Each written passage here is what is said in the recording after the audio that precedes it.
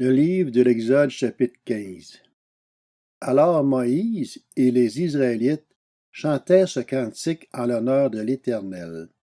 Je chanterai en l'honneur de l'Éternel, car il a fait éclater sa gloire. Il a précipité le cheval et son cavalier dans la mer.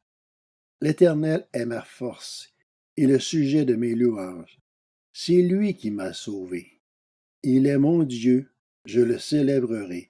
Il est le Dieu de mon Père, je proclamerai sa grandeur. L'Éternel est un vaillant guerrier, son nom est l'Éternel. Il a jeté dans la mer les chars du Pharaon et son armée. Ses combattants d'élite ont été engloutis dans la mer des roseaux. Les vagues les ont couverts. Ils sont descendus au fond de l'eau, pareil à une pierre. Ta main droite, Éternel, est magnifique de force.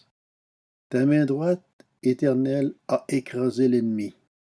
Par la grandeur de ta majesté, tu renverses tes adversaires. Tu déchaînes ta colère, elle les dévore comme de la paille.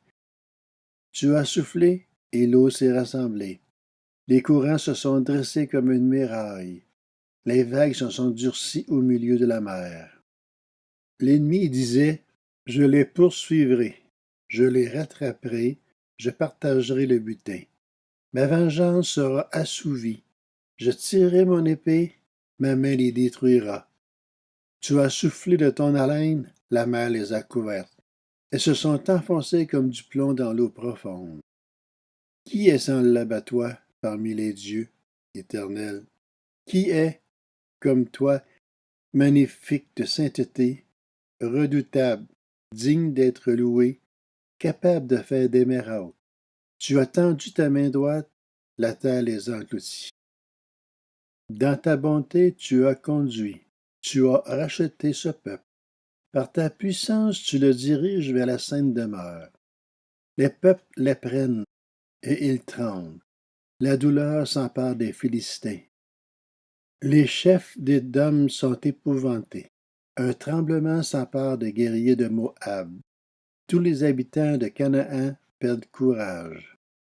La terreur et la frayeur les surprendront.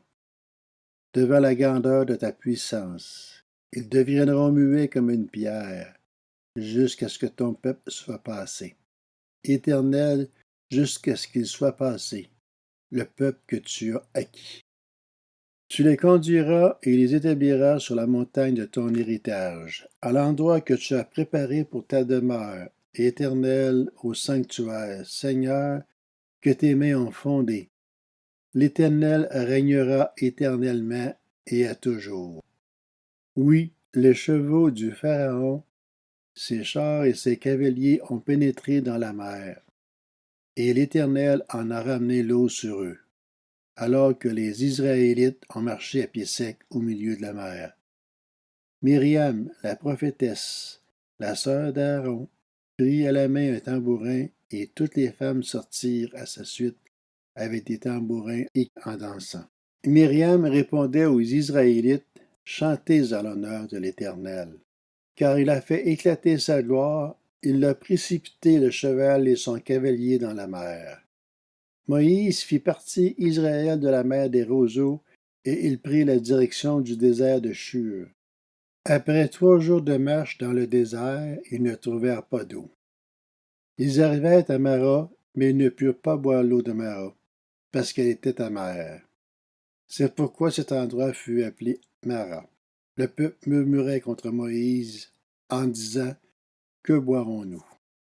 Moïse cria à l'Éternel, et l'Éternel lui indiqua un morceau de bois qu'il jeta dans l'eau, et l'eau devint douce. Ce fut là que l'Éternel donna au peuple des prescriptions et des règles, et ce fut là qu'il le mit à l'épreuve.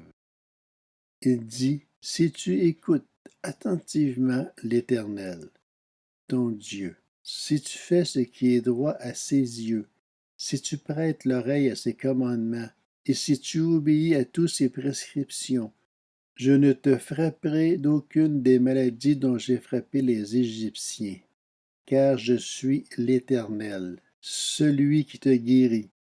Ils arrivèrent à Élim, où il y avait 12 sources d'eau et 70 palmiers. Ils campèrent là, près de l'eau.